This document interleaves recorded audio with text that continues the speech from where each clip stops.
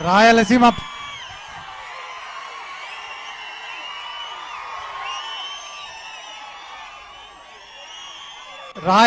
Lift irrigation కు వ్యతిరేకంగా చంద్రబాబు నాయుడు గారు రేవంత్ రెడ్డి చేసుకున్న చీకటి ఒప్పందానికి వ్యతిరేకంగా ఈరోజు ఇక్కడ ఏర్పాటు చేసుకున్న ఈ సమావేశానికి విచ్చేసిన వేదిక మీద ఉన్న పెద్దలందరికీ, ముందుగా సభాధ్యక్షులు కాటసాని రాంభూపాల్ రెడ్డి గారికి, పెద్దలు సజ్జల రామకృష్ణారెడ్డి గారికి, పెద్దిరెడ్డి రామచంద్రారెడ్డి గారికి, అలాగే మిగతా నాయకులకు అందరికీ ముందుగా నా హృదయపూర్వక నమస్కారాలు తెలియజేసుకుంటున్నా. ఒక్కరోజు పిలుపు ఇచ్చినా, ఒక్కరోజు ముందే పిలిపించినా కూడా ఇన్ని వేల సంఖ్యలో ఇక్కడ పాల్గొనడానికి విచ్చేసినటువంటి ప్రతి ఒక్కరికి కూడా ముందుగా నా శిరస్సు వంచి నమస్కారాలు తెలియజేసుకుంటున్నా.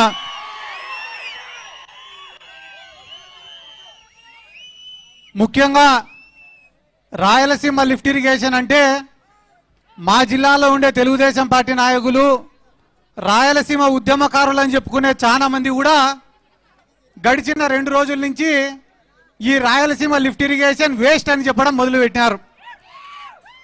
మాకు చాలా బాధగా ఉంది. ఎందుకు బాధగా ఉందంటే, వైఎస్ రాజశేఖర రెడ్డి గారితో పాటు మా తాత బైరెడ్డి శేషసేనారెడ్డి గారు కూడా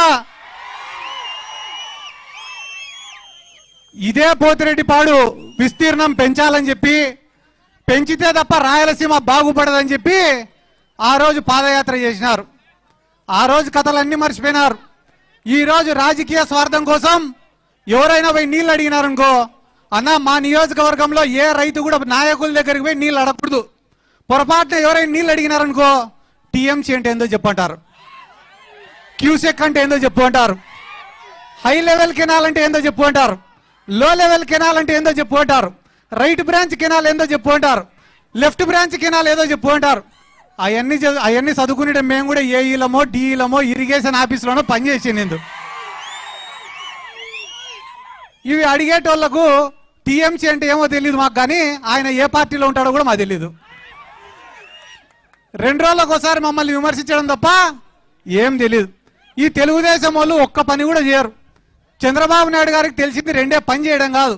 ఒకటి శిలాఫలకం వేస్తాడు, పని ఎవరైనా చేస్తే వచ్చి శంకు మళ్ళా రిబ్బన్ కటింగ్ చేసి పోతాడు.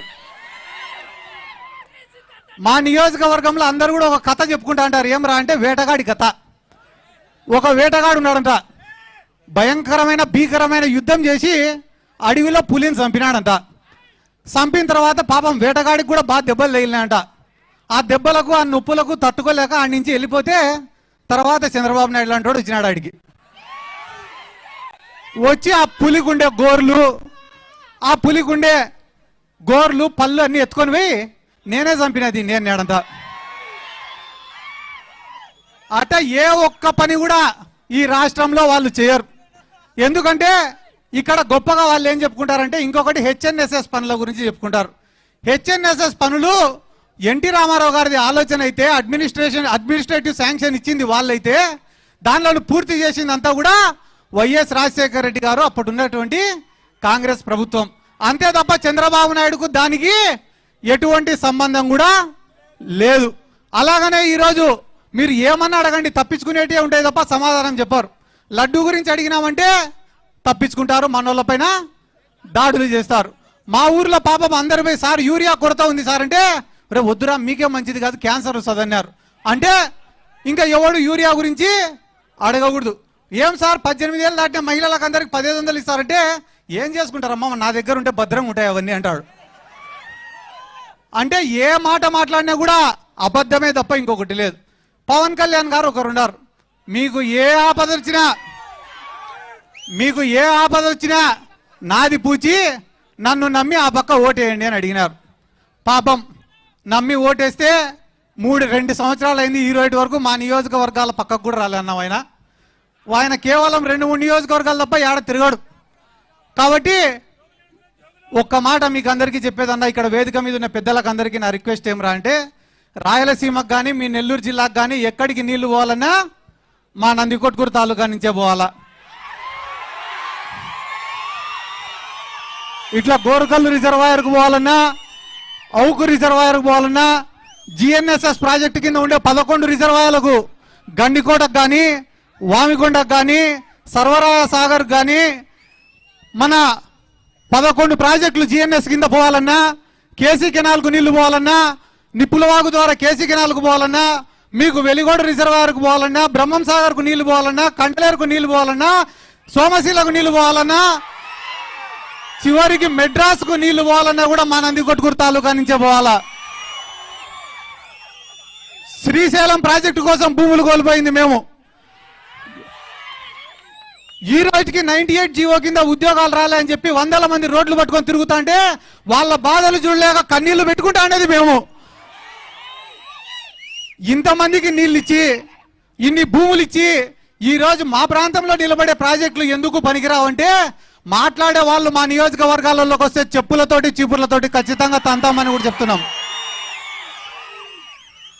ఎందుకంటే ఎన్నో ప్రాజెక్టులకు లేవన్నా, పోతిరెడ్డిపాడు కావచ్చు, బనకచర్ల కావచ్చు, ఇట్లా పోతే హెచ్ఎన్ఎస్ఎస్ కావచ్చు, మల్యాల లిఫ్ట్ ఇరిగేషన్ కావచ్చు, ముచ్చుమారి ఎత్తిపోతల పథకం కావచ్చు, ఏ ప్రాజెక్ట్ వచ్చినా మేము భూములు కోల్పోతున్నాం, సర్వస్వం కోల్పోతున్నాం, ఈ ప్రాంతం ఇడిచిపెట్టి వలసలు పోతున్నాం. అందరూ మాట్లాడుకుంటున్నారు. ముఖ్యంగా మా ప్రాంతానికి వచ్చేది ఏముంది? ప్రతి సంవత్సరం ఒక రైతు అనేవాడు పంటేస్తే నష్టమే. ఇసుపెటాకులు ఆడేటోడి కన్నా ఒకరోజు మంచి ముక్క పడుతుందేమో కానీ రైతుకు మాత్రం పండించిన పంటకు మంచి రేటు రాదు. ఒరే మొక్కజొన్న కొనుగోలు కేంద్రం పెట్టండి రా, ఆ మూల నుంచి ఈ మూల వరకు మొక్కజొన్ననే వేసినాం రా మేము అంటే మొక్కజొన్న కొనుగోలు కేంద్రం మాత్రం పెట్టరు. ఈరోజు కొత్తగా కందుల కొనుగోలు కేంద్రాలు పెడతారట. నేను నిన్ననే అందరిని అడిగిన, ఎందుకు పెట్టినారా కందుల కొనుగోలు కేంద్రం అంటే, అన్న పంట లేదన్నా అందుకని పెట్టినాడు అని అడుగుతా. కాబట్టి 2-3% డబ్బులు ఉండే వాళ్ళు ఉన్నారు, కానీ వాళ్ళు అవతల పార్టీలో ఉన్నారన్న. కాబట్టి వ్యవసాయం లాభసాటి కన్నా జరగాల, లేదా ఏమైనా పరిశ్రమలన్నా రావాలా, లేదా వ్యవసాయానికి సంబంధించిన పరిశ్రమలన్నా రావాలా, లేదా ఒక అగ్రికల్చర్ యూనివర్సిటీ రావాలా. మీలాంటి పెద్దలు పోయి జగన్ సార్కు చెప్తేనే మా లాంటి వాళ్ళ కష్టాలు తీరుతాయన్నా. ఎందుకు నేను ఈ మాట మీకు చెప్తానా అంటే, ఇదే నియోజకవర్గంలో కేవలం 2 దగ్గరనే డబ్బులు ఉన్నాయన్నా. వాళ్ళిద్దరు కూడా అవతల పక్కనే ఉన్నారు. వాళ్ళకేంలే, నేను ఏడైనా కనిపిస్తే నా మీద విమర్శలు చేయడం తప్ప వేరేదేం చేత కాదు. కాబట్టి నా సిన్సియర్ రిక్వెస్ట్ అన్న, మీరే జగన్ సార్ దగ్గరికి తీసుకుపోవాలా. ఈ నందికొట్కూరు నియోజకవర్గం అంటే నిజంగానే చెప్తానన్నా, ఏవో 2-3 తప్పిదాల వల్ల ఓడిపోయినాం తప్ప వైఎస్ఆర్ కాంగ్రెస్ పార్టీకి కంచుకోటన్న మా నందికొట్కూరు నియోజకవర్గం.